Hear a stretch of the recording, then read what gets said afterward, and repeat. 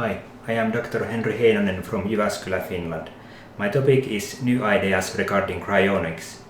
I have been a member of the Cryonics Society of Finland since the early 2010s, and I have been the president of that society in 2020 and 2021.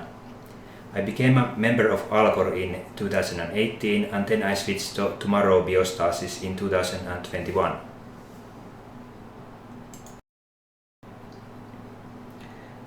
I got my master's degree in physics and the Doctor of Philosophy degree in information technology at the University of Jyväskylä. You might remember me from the recent documentary film Jäädytetty kuolemani, literally My Frozen Death. Emil Kentsiora also had a role in that documentary. I am currently preparing some articles and a book on cryonics. You can contact me via email. Let's get started. Here you can see the topics I'm discussing today. I'm trying to introduce some new and fresh ideas and technologies regarding cryonics, new arguments, what is cryonics trying to solve. Then I'm talking about virtual autopsy and focused ultrasound and many other promising new technologies. What is cryonics trying to solve? I hear quite often that cryonics is potentially extending the life of a rich person, but then people will probably say that the rich person should probably use his or her money for something humbler. So what could be some humbler to many anti-cryonics people, things that cryonics could potentially solve? For example, it could solve the ethical problems of euthanasia. If we actually believe in cryonics, we should be pushing cryonics everywhere. Our countries could in a few short decades have legalized active euthanasia. Why are we not trying to save the lives of euthanasia patients? We should really concentrate on giving everybody a second chance at life. Also, many cryonicists are already waiting for active euthanasia to become legalized to get possibly a better cryopreservation for themselves.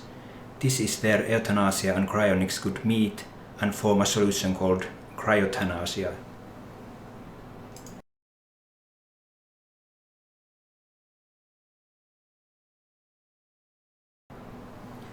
The other argument I hear that cryonics is potentially saving and extending the life of the beloved pet of the rich person. But then again, people will probably say that the rich person is just wasting his or her money and resources such as electricity, space and liquid nitrogen. What could we do to make cryonics to pass the public relations test? Cryopreservation could be used to preserve endangered animal species. Maybe people do not first like the idea of cryopreserving the pets of cryonicists, but they could love the idea of cryopreserving the endangered animal species and potentially saving them from extinction. Cloning is not enough because cloning only involves genes but not memes or memories and culture. So the animal culture, behavior, communication styles, etc. are not saved by cloning technologies alone. Cryonics could save both genes and memes for the future. It would be interesting if cryonics professionals could cooperate with biologists and professionals on animal protection to cryopreserve animal species before they go extinct.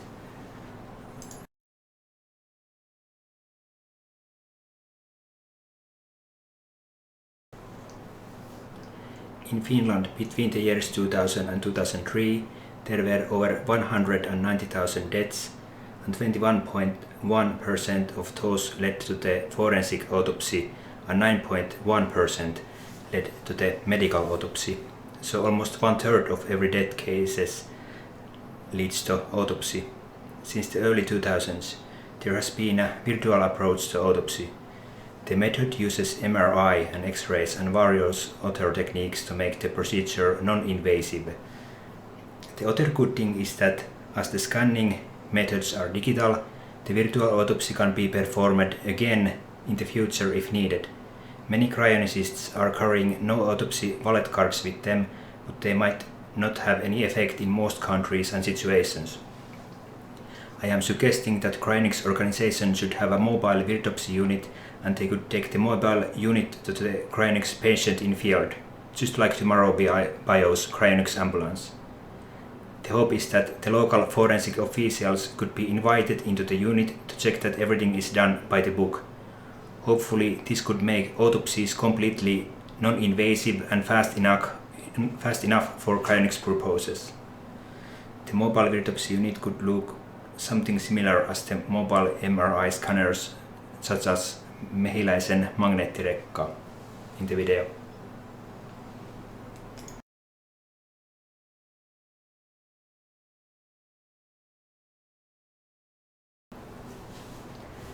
The Finnish physicist Kullervo Hynynen was probably the first in the world to open the blood-brain barrier with ultrasound.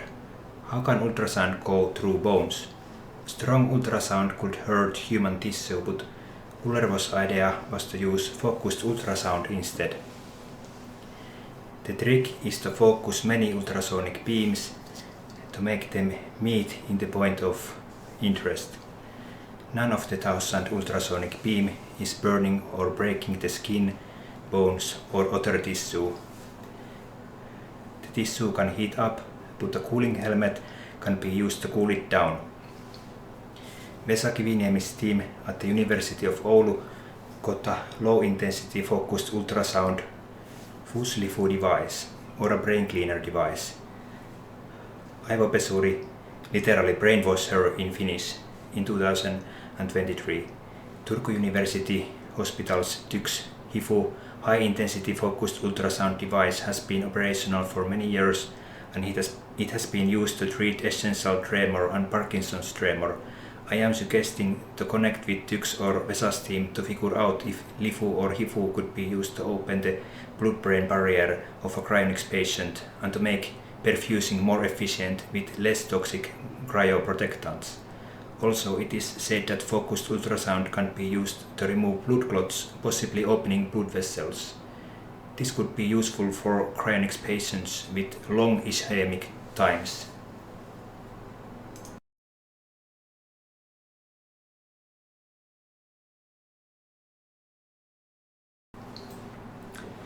There are many promising new technologies, such as the loss of pulse detection in Google Pixel Watch 3, but as far as I know, the feature is still disabled in Finland, but it is already working in some countries.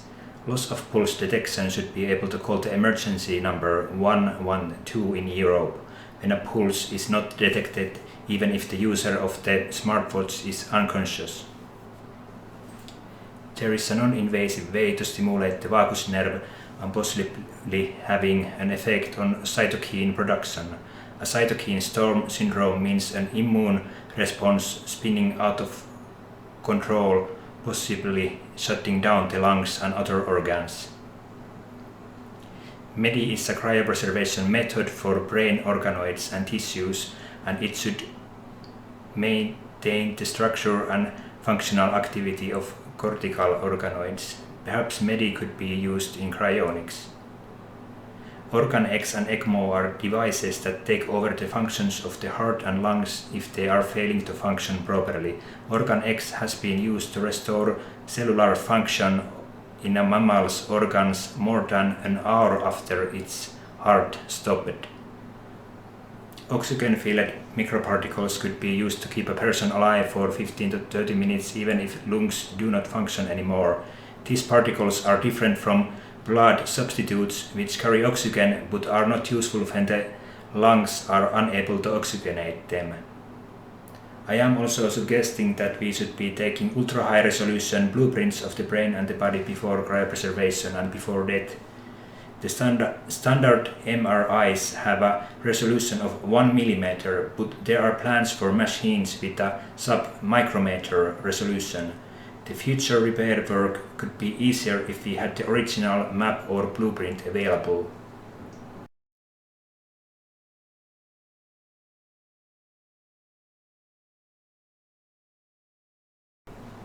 That's all from my side this time. Thank you for your attention.